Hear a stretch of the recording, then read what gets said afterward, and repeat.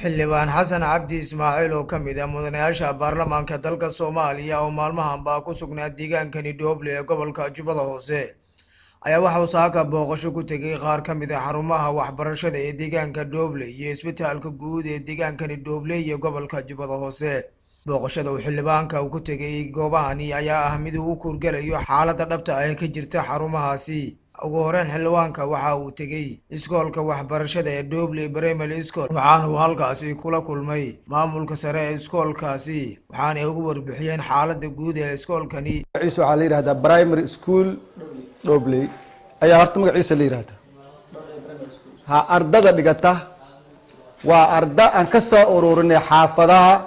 ee awood u waayay inay waxbarashada gaarka loo leeyahay iska bixiyaan ma aha dad wax iska bixin kara oo iskuulaadka gaarka loo leeyahay dhigan kara waa dad xaafadaha iska joogay ardadaas waa qaar dib u dejina oo repatriation ku imaade iyo qaar dadka saboolka oo dan yarto aakhiru daraja dhulka ku dhacay kuwa waxa arkaysa dirin ku fadhiya oo wax qoraya ku sibirka fadhiya ayaa hadda soo arki doona insha Allah haddaad soo wareegto ardada noocaas macallimiin u nahay anaga waxaan ka codsanaynaa dawladda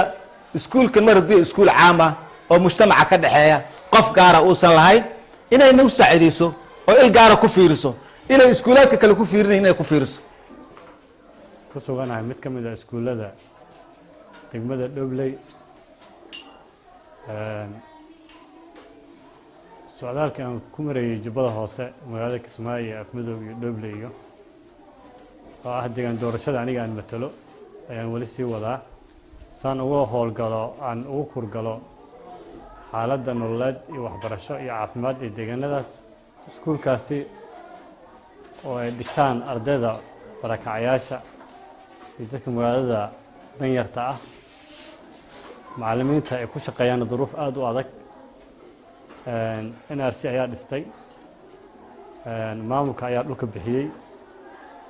qaybta kalena asaga ka qayb qaatay dhismaha labaad hadda aan ku suganahay kan qolka ugu dambeeya ah. marka macallimiinta warbixinta ay siiyeen warbixin aad u naxdin badan ayaan meesha kala kulmay. waxaan rajaynayaa hadduu Ilaahay ka raali noqdo in hay-adaha ay qusaysan aan la wadaago si degdeg ah in wax looga qabto taasoo ah in ardayda fasalada ayna ku filneen tan koowaad ah tan labaad oo ah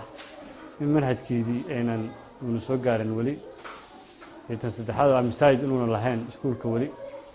iskuulkaas 500 arday oo dugsi hoose ay dhigtaan oo danyar ah. arrimahaas taagan oo dhan baan waxaan rabaa hadduu Ilaahay ka raali noqdo anigoo gudanaya waajibaadkayga dastuuriga ah in si degdeg ah wasaaradda waxbarashada Jubbaland aan ka howlgalo wasaaradda waxbarashada dowladda federaalka aan ka howlgalo qurbo joogta u dhalatay deegaanka Jubbaland si degdeg ah hay'adaha samafalka ah inaan uga howlgalan ka shaqeyn doono hadduu Ilaahay ka raali noqdo. dhanka kale xildhibaanka ayaa waxa uu tegay isbitaalka guud ee deegaanka Dooble waxaana uu mid u kormeeray qaybaha kala duwan uu ka kooban yahay isbitaalka magaalada tani Dooble iyadoo halkaasi warbixin ka siiyay isuduwaha caafimaadka ee deegaanka Dooble Nuur Biixi Cusmaan. isbitaalka Dooble waa xildhibaan oo u jeedaa sida uu yahay waa isbitaal aad iyo aad u ballaaran oo culayska saaran mid aad u tiro badan way aad u tiro badan saasay tahay baahida inta la eg wasaaradda caafimaadka iyo si kaashanayaan hay'adda Save the Children